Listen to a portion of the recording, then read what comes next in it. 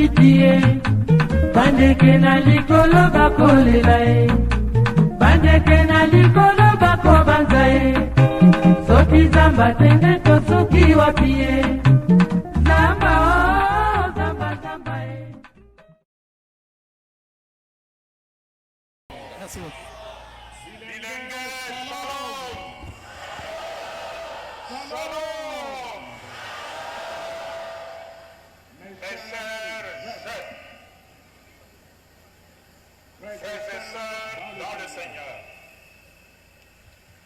L'Église universelle célèbre en ce jour la solennité de Christ, roi de l'univers.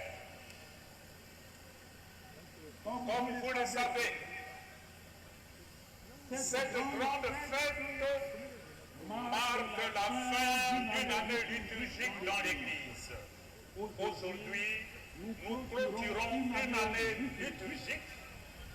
Le dimanche prochain, nous entrons dans la nouvelle année liturgique avec le temps de l'Avent, le premier dimanche de l'Avent.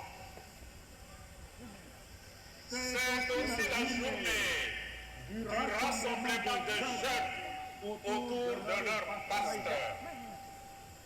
En effet, c'est depuis 2021 que sa sainteté, le pape François, a voulu que la journée mondiale de la jeunesse, JFJ, soit aussi l'occasion de la célébration de la journée diocésaine des jeunes, JDJ. Et il a voulu que cette journée soit célébrée en cette solennité du Christ, roi de l'univers. Je suis ainsi très heureux de vous rencontrer aujourd'hui, mes chers jeunes de l'archidiocèse de Kinshasa, pour offrir cette Eucharistie solennelle au Christ, roi de l'univers, le roi des rois. Boboto, avec affection, je salue chacun et chacune de vous, venus avec joie à la rencontre de votre pasteur. J'étends cette même salutation à tous les jeunes qui nous suivent à travers les médias, la radio, la télévision. Mes chers jeunes, vous voir si nombreux et si enthousiastes venant de différentes paroisses et communautés de notre archidiocèse me comble de joie et de bonheur. Car vous êtes l'avenir de l'Église. Vous êtes l'aujourd'hui de l'Église et de la société congolaise.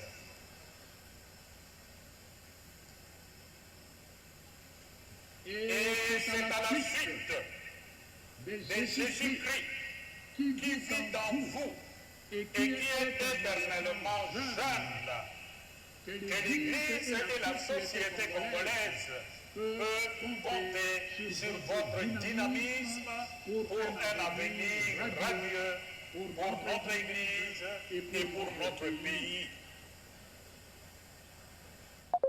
Que le Christ, roi de l'univers, soit toujours votre avenir et votre espérance dans la droite ligne du thème retenu cette année pour la célébration de la journée mondiale de la jeunesse et de la journée diocésaine des jeunes.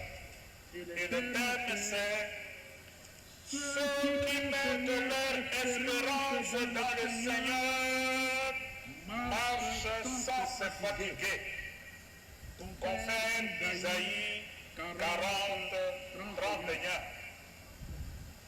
Oui, mes chers jeunes, en Vous ne marchez pas seul. Le Christ est votre compagnon de vie et de route. C'est avec lui et sur ses pas que nous marchons. Nous marcherons bientôt vers la marche de l'année jubilaire. L'année sainte 2025, placée précisément sous le thème de Pèlerin de l'espérance. Et cette marche de l'année jubilaire culminera à Rome dans la célébration du jubilé de jeunes en 2025. Naturellement, nous, les jeunes de la diocèse de Kinshasa, nous nous organiserons pour répondre présent à ces rendez-vous de tous les jeunes du monde entier dans la ville éternelle de Rome en 2025. Bien sûr, s'ils nous donneront le visage. Avec joie et gratitude, célébrons donc cette Eucharistie dans l'espérance de l'avènement du règne du Christ, règne de vie, règne d'amour, de justice et de paix. Mes chers jeunes et pèlerins de l'espérance, la parole de Dieu que nous venons d'écouter nous fait entrevoir le règne du Christ, roi de l'univers. Oui, Jésus est le vrai roi. Et l'avènement de sa royauté est au cœur de l'espérance chrétienne. Dans la première lecture, le prophète Daniel, annonçant la venue du roi de l'univers, décrit la nature de sa royauté. Il écrit: sa domination est une domination éternelle qui ne passera pas. Et sa royauté, une royauté qui ne sera pas détruite. Daniel 7, 14. Cette vision de Daniel est une invitation à l'espérance, surtout dans un contexte de persécution comme ce fut le cas pour le peuple d'Israël, jadis persécuté par le roi païen Antichrist. Terrifié par ce roi impitoyable qui ne pensait qu'à lui-même, qui ne pensait qu'à s'éterniser au pouvoir et qui faisait périr tous ceux qui restaient fidèles à Dieu. Beaucoup à l'époque, sous la terreur du roi Antiochus, beaucoup de peuples d'Israël avaient pris peur, avaient abandonné leur foi et avaient commencé à sacrifier aux faux dieux. C'est dans ce contexte que le prophète Daniel annonce au peuple que ce roi Antiochus, qui apparemment est tout puissant, Daniel dit, ce roi passera. Son règne n'est pas éternel. Et que Dieu enverra un Messie roi qui étendra sa domination sur toutes les nations. Et c'est ce Messie roi qui sera le véritable roi qui établira le règne de paix, de justice et de bonheur pour tous. Cette annonce du prophète Daniel, pleine d'espérance et source de réconfort pour un peuple découragé, un peuple fatigué par la souffrance, comme le fut le peuple d'Israël. Dans la deuxième lecture, tirée du livre de l'Apocalypse, Saint Jean voit dans sa vision le prince des rois de la terre revenir dans la gloire.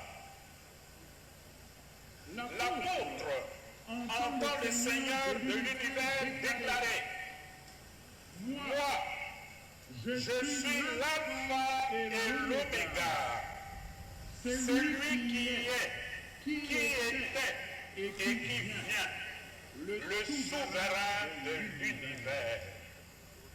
Apocalypse 1, 8.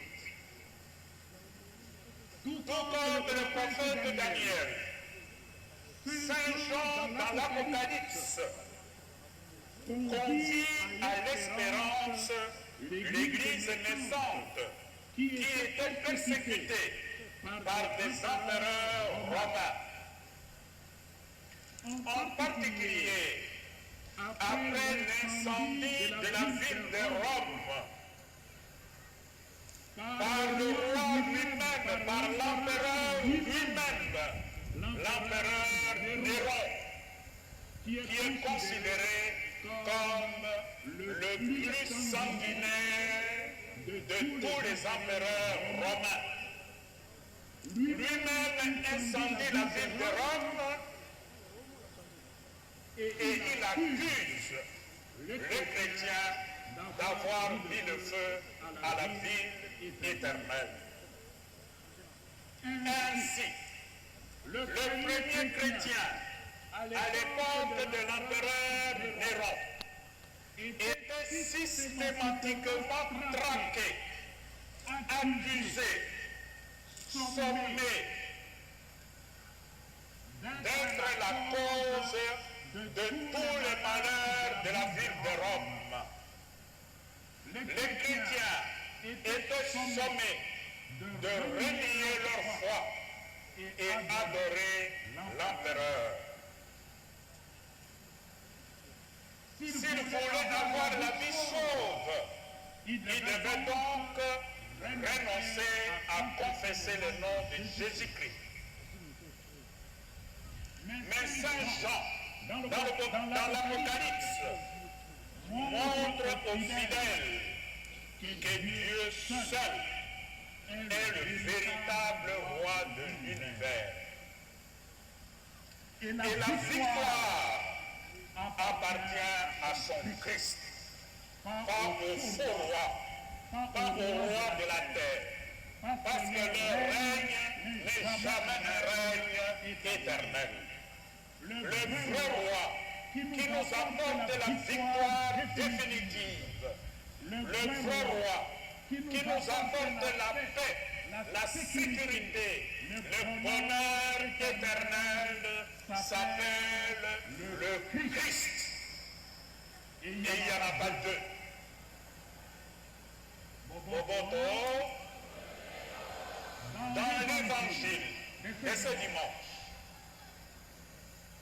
Saint Jean nous rapporte le procès de Jésus. Le procès de Jésus. Jésus devant le tribunal. Jésus devant Pilate.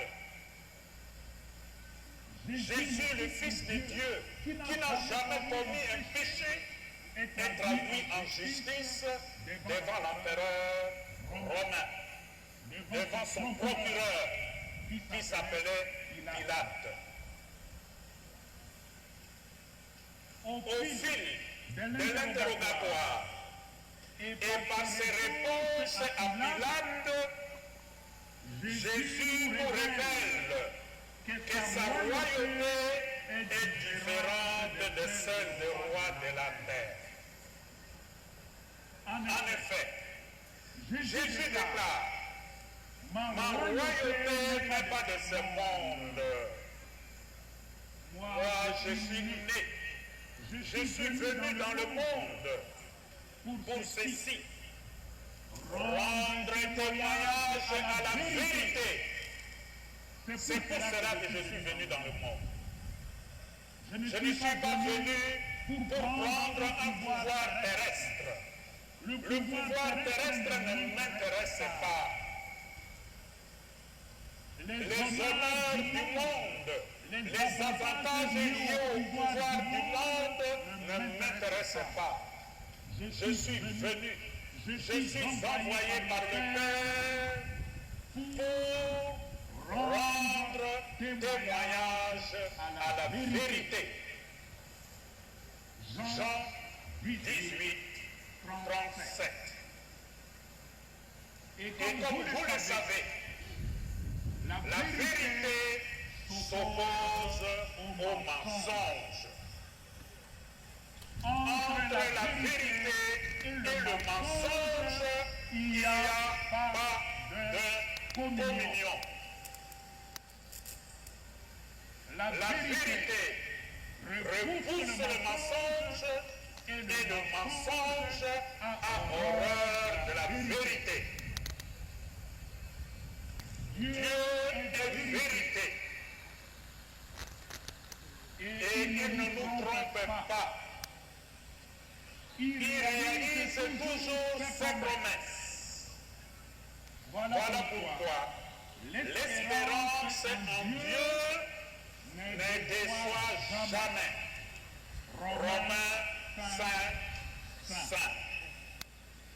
Placez notre espérance en Dieu. Même si cela ne se réalise pas aujourd'hui, nous avons cette certitude de foi que celui, celle qui place son espérance en Dieu ne sera jamais déçu. Il y a donc là, frères et sœurs, mes chers jeunes, un message clair pour nous, les jeunes d'aujourd'hui. Célébrer la solennité de Christ roi, c'est affirmer que Jésus est le seul et unique véritable roi. C'est lui seul que nous devons suivre et écouter. Pas le bavardage inutile de faux rois. C'est à l'avènement de son règne que nous devons tous travailler. Célébrer la solennité du Christ roi de l'univers, c'est aussi faire triompher la vérité dans un monde, dans une société marquée par des mensonges et la propagation des illusions et de fausses promesses.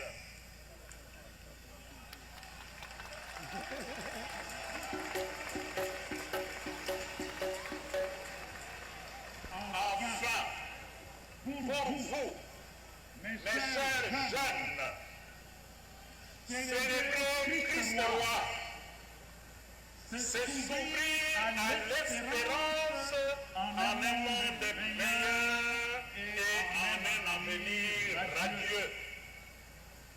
Quelle personne, donc, ne vous vole votre avenir. Votre avenir dépend de vous.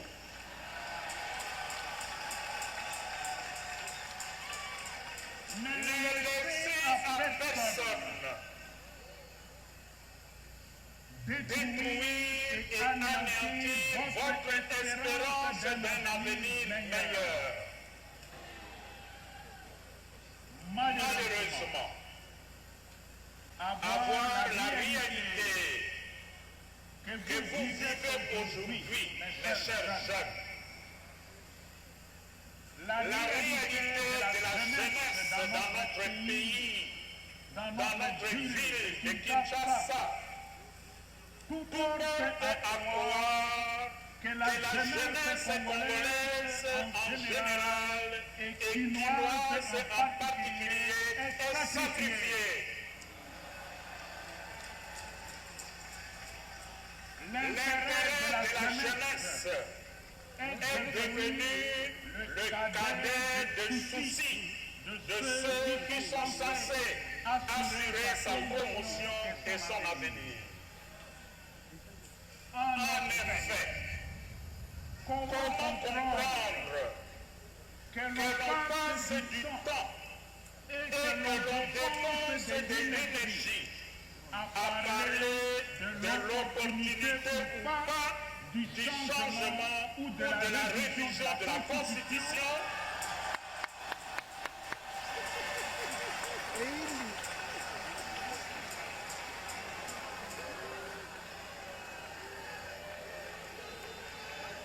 Comment comprendre qu'on passe du temps et de l'énergie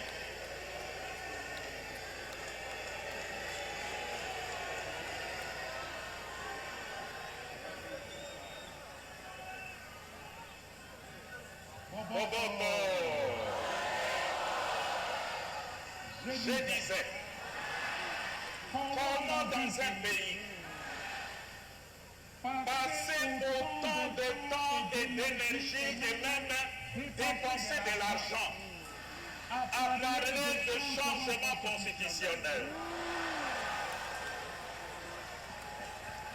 au lieu et place de s'occuper de cette jeunesse abandonnée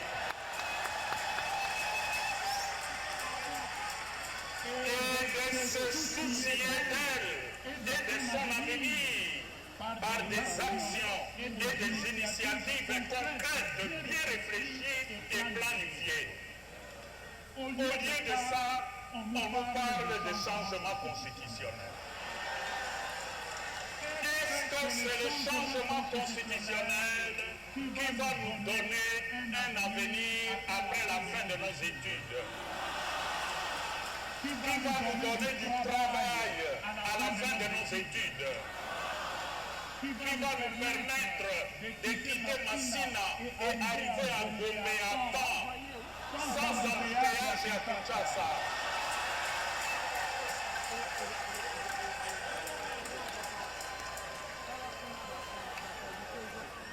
Quelle est donc la qualité de la formation que nous assurons à notre jeunesse aujourd'hui? Et que faisons-nous pour que cette jeunesse, de plus en plus abandonnée à son triste sort, et qui voit son avenir bouché et sans perspective, puisse de nouveau espérer? Les priorités de la société congolaise sont ailleurs.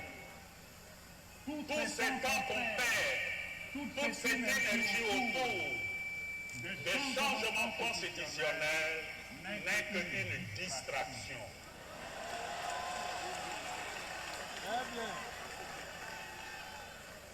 Mes chers jeunes,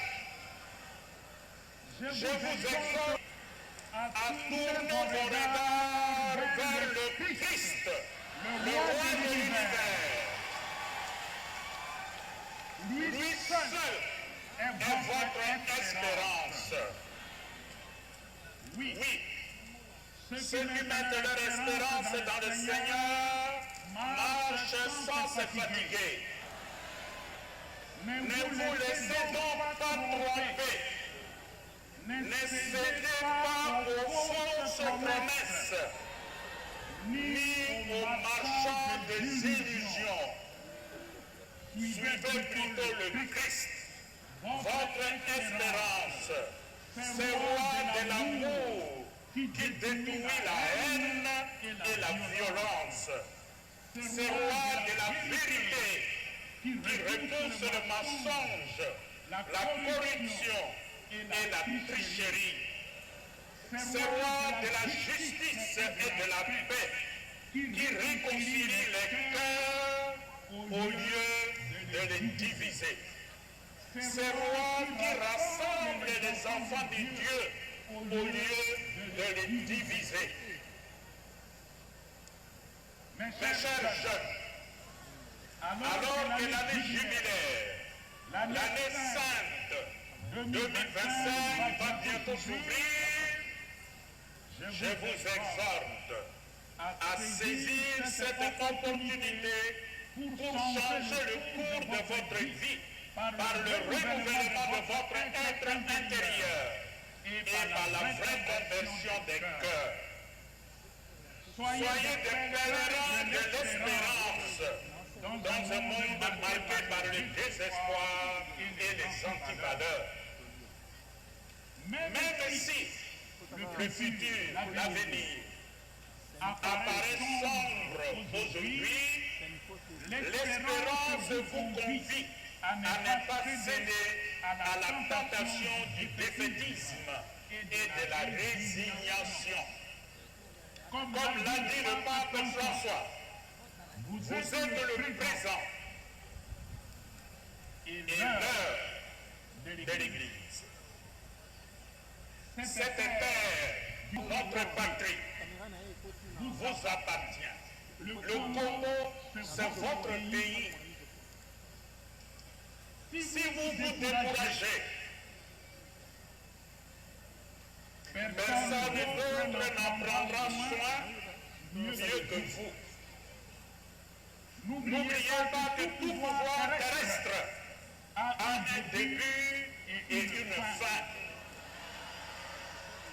Mais le règne de Dieu est éternel.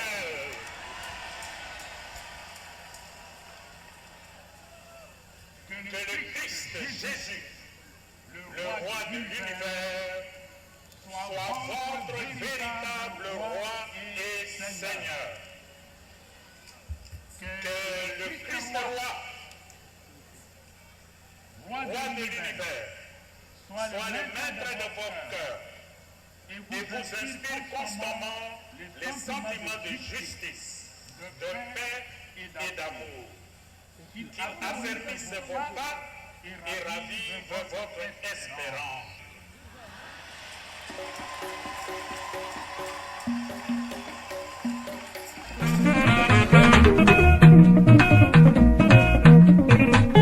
Zamba, oh, zamba, zamba, zamba yokoboko la bigwele, zamba yokobomba kama chitie, bandeke na likolo bakolela bandeke na likolo bakobanza soki zamba tende to soki wapie.